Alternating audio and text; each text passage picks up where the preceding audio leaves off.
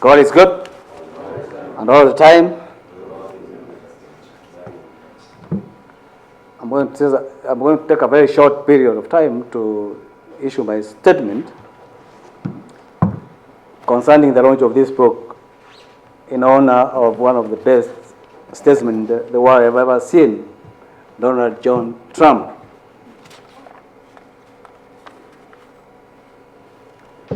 Thank you for joining me today for the launch of my book titled Why Donald J. Trump Must Win 2024 Elections Against All Odds. That's the title.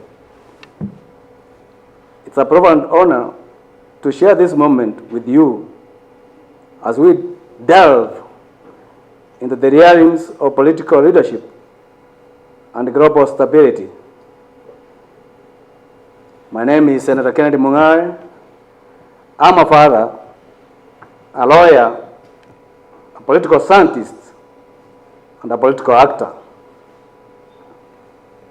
From the serene hills of Sironga village in Nyamira County, Kenya, to the vibrant heart of Washington, D.C., our journey spans over 11,748 kilometers, a distance symbolizing both the physical separation between our worlds and the broad impact a true statesman can achieve across continents.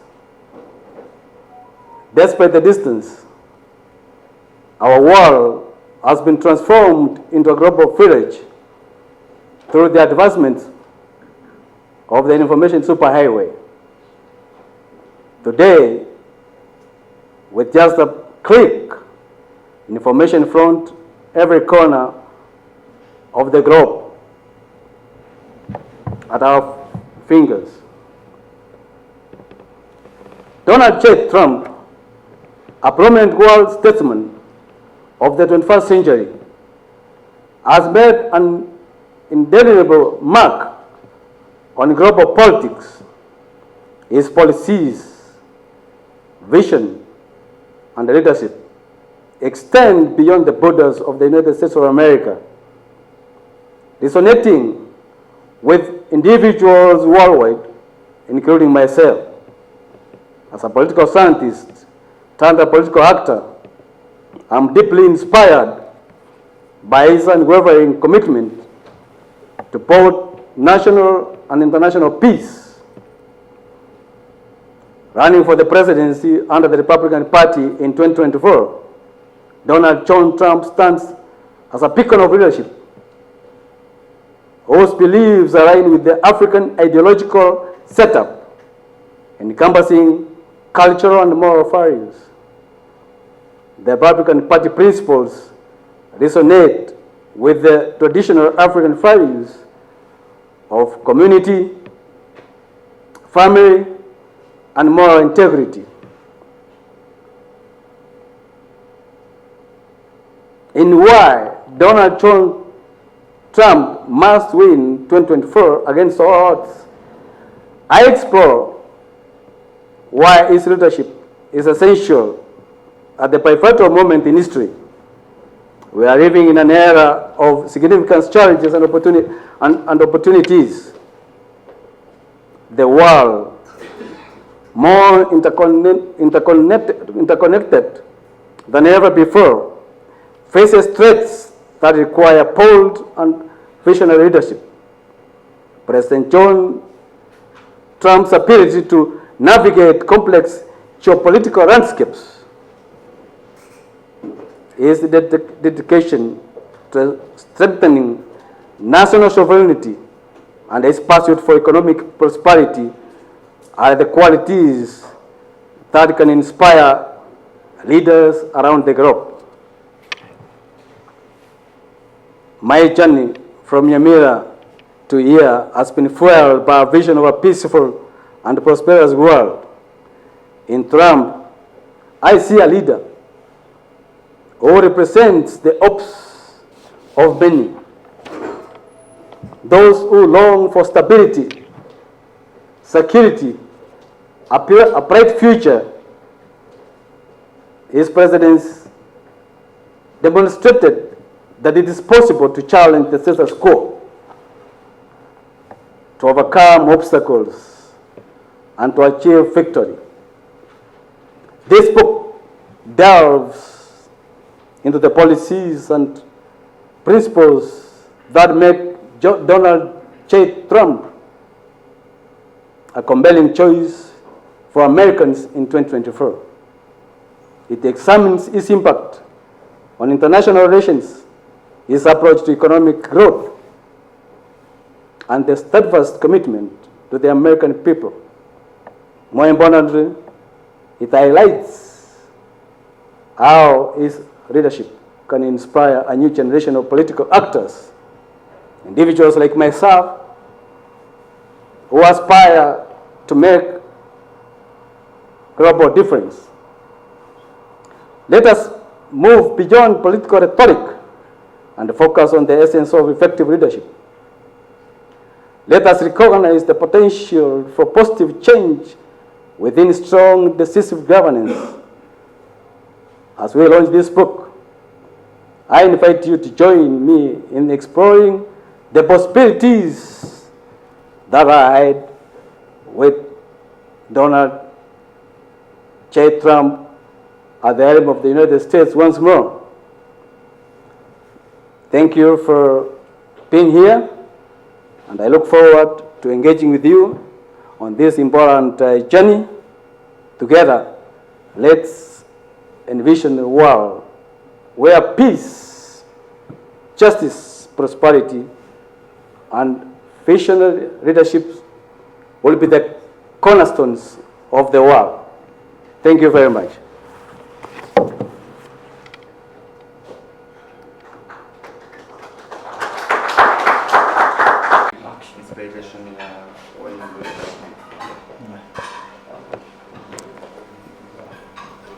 My name is Senator Kenneth Mongare. I come from Kenya.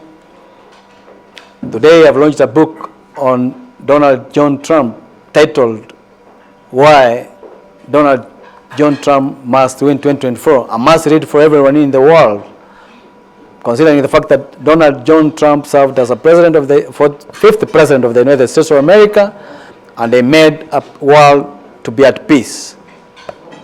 He stands for global peace, economic empowerment for everyone, including the Americans. This is a must book read. It will be available at Amazon.com and other outlets. Thank you. What do you think Trump is Just a moment. Yeah, well, just go ahead. My name is Mr. Mohammed from the Patriot Streets newspaper. I wanted to get your perspective on this beautiful launch. Of course, we've seen Donald Trump. Case in point is when he referred to some of the third world countries as shit-hole countries. Then he's always moving towards nationalism. Yet people are moving towards a unified world, because he says America first. So we don't use a lot of rhetoric. Politicians use a lot of rhetoric. President Trump have mentioned used some words like the shithole. He was challenging leaderships. He was challenging Africans not to be misused and staying alive where they are messed by politicians. Just like back home here, most politicians use rhetorical words. That was a phrase used in the rhetoric. Secondly, when President Trump speaks about America first, when you're a president, you must put your country first. It does not necessarily mean that it doesn't have interest on other countries. If you look at the 240 years of the American history and independence, you realize that the Republican Party is more closer to Africans than the so-called Democrats. 400 years ago, Democrats were selling slaves. They are the ones who enslaved the African Americans. The reason more you need to go to this book and understand that Republicans want vibrant economies, they want vibrant countries. Donald Trump will challenge other countries to do what's right for their people and stake a claim for their people. When Donald Trump was president, there was a world peace. There was no war anywhere in the world. Look at the miserable Democrats. There's war all over. So those issues of trying to say that this guy is an extremist, that's a nationalist, is a world statesman. If we have a strong leader here, he cannot be twisted by Donald Trump. Donald Trump will stake his claim for the American people, and the Kenyan president will stake his claim for the Kenyan people. He's a good businessman. Donald Trump supported politicians for almost 40 years. He realized that as an outsider, he had to challenge the status quo. The reason more now, he has taken a bullet for democracy, which will make him move to be the 47th President of the United States of America. Thank you. Senator, what's the question? Using Trump as an example. Exactly. Donald J. Trump does not mince his words. But he has now become a politician because he has served as the 45th President of the United States of America. But he straight talks. Most politicians lie. Lie, promise even where they're taking people to hell. So there is a paradigm shift in the way the world is going to be taken and managed once Donald J. Trump ascends to power. He's the only guy who can deal with anybody in the world in a peaceful manner. He uses a phrase as a political science I call persuasive coercion. Thank you. Honorable Senator, how much is The book will be retaining at 3,000 Kenyan shillings. But for those who have come here, there's an offer, half of the price, so that you can go to the murky waters of the American politics. Thank you. Maybe so that you answer both questions currently. I would like The first question. Women have been natural leaders in the world. They don't have to be presidents to be at the helm. It's women who have become our mothers. It is women who take care of our children. But the issue of Vice President Kamala Harris is for the American people to decide, and the Democratic Party. My candidate is Donald J. Trump, who is going to win that election. But women have been leaders, and women can be made good leaders. Secondly, on the issue of the Kenyan aspect of people saying that people should move away, leaders should move away, what we need is a transitional change. Transitional change requires a blended governance. You can't leave a vacuum. Gen Zs cannot move in and take over with inexperience. Gen Zs don't even want to come to power. What they want is that they need jobs, they need corruption to be taken care of, so that they can have an enabling environment for their experiences and their education.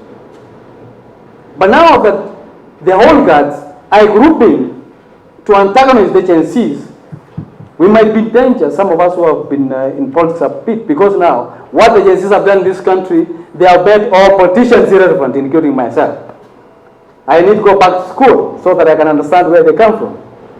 I have a daughter who is 22 years at the Sussex University in Brighton, in the UK. She sent me a photo at the UK embassy in London, among the front people fighting for change.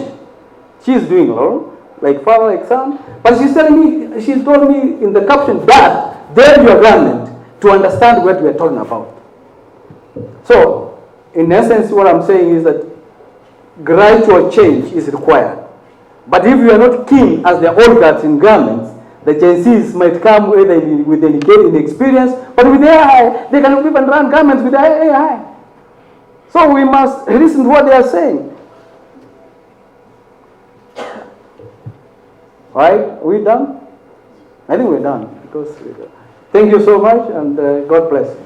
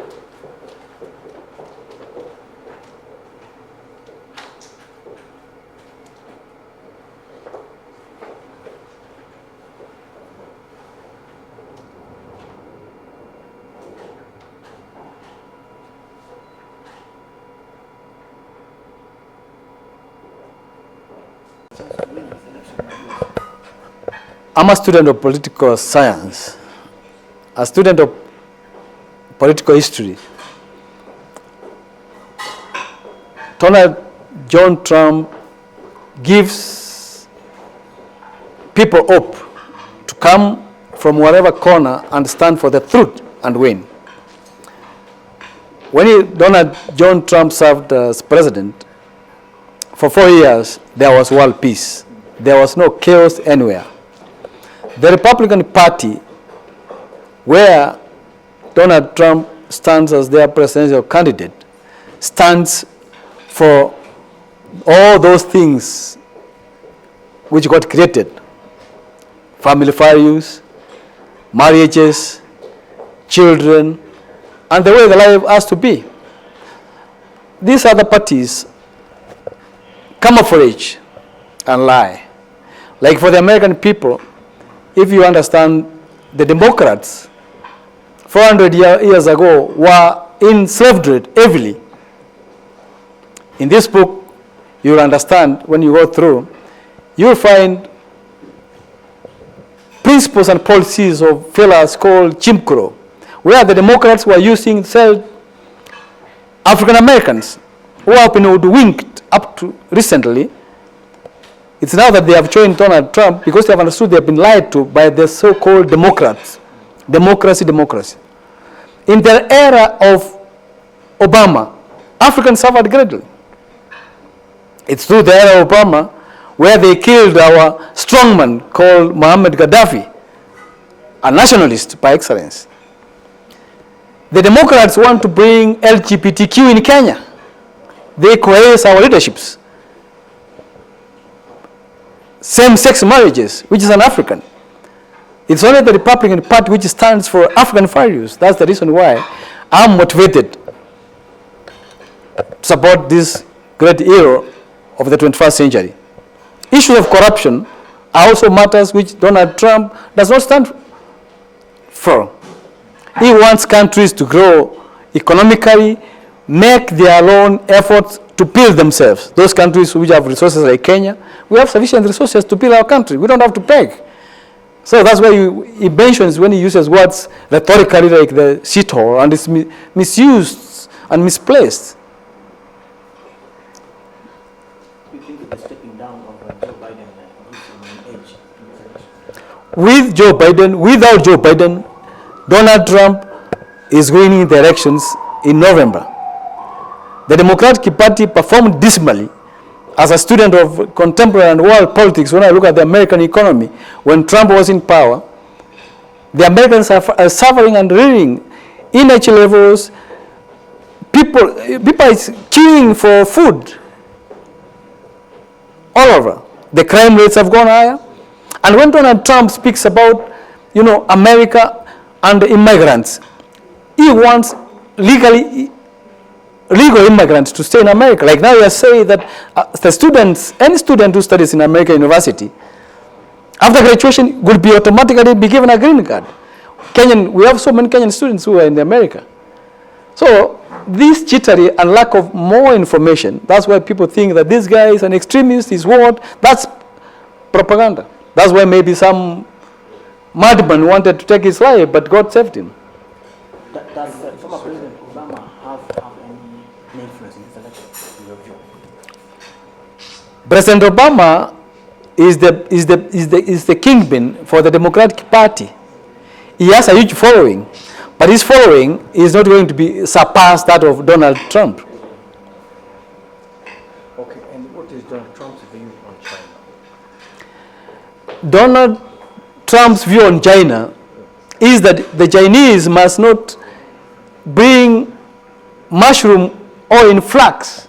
They are trading commodities in the US without paying the requisite tariffs. He's the tough man, he knows, he has dealt with them before. He has businesses in China. He is good. He's the only president who can twist the Chinese president, who is his friend, by the way. So is the Chinese a foe or friend to America? Or will they benefit once Donald Trump becomes China wants to take over the world. That's a chapter for another day. But China wants to take over the world. So Trump will twist them to make sure that America, which has been the superpower of the world, stands as a superpower of the world. The Chinese are doing also very, very well, especially coming to Africa to assist Africans and all those other areas. So is it a friend or foe to... Will he support China once Donald Trump becomes president? The Chinese fear Trump, so it's a foe. Yeah. They fear him because he twists them. He understands he's a businessman. Trump thinks about business. If there is the Chinese who want to do business in America and it favors the Chinese, then it's going to be a foe. If the Chinese who want to do businesses in America and the businesses assist the Americans on a level playing ground as per the Americans' perspective, it will become a friend. All right.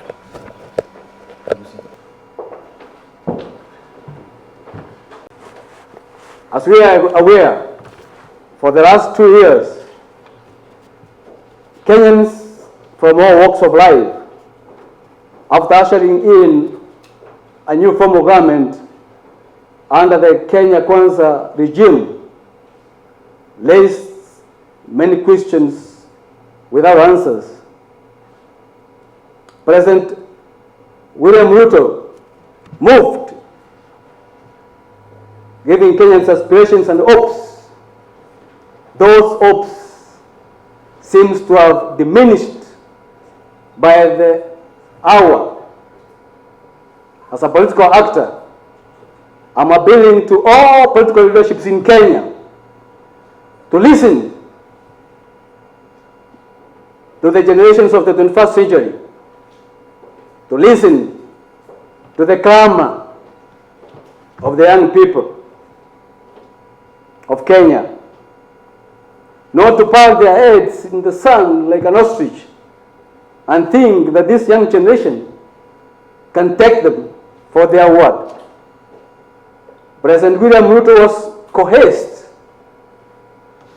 to remove the contentious finance bill, fired ministers, the so-called CS,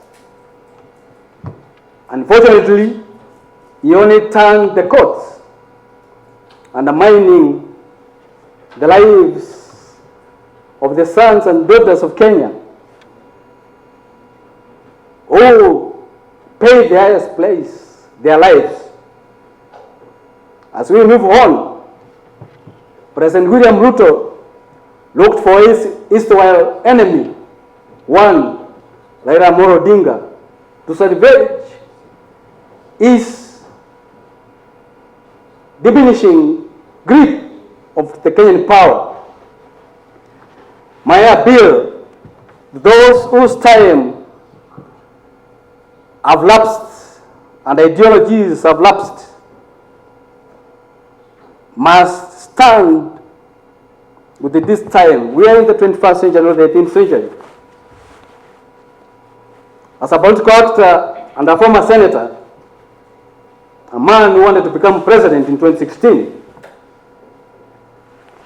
my appeal to the status quo is listen to the young people. I've looked at President William Ruto running from like an headless chicken from corner to corner, speaking only one speech. The Kenyan people do not want that one speech which is repeated severally. Answer the urgent issues. Do not talk about issues of exporting Kenyans to other countries to earn the work. Kenyans are not interested to be slaves outside Kenya. This country is very rich. We have enough. What the young people and many people are asking, like myself, is address the Munandi issues of corruption. The game of musical chairs is not going to salvage you, Mr. President. I supported you from Fort Kenya, but now I think I might be with the majority of Kenyan people who want change, and we want change now. Thank you very much.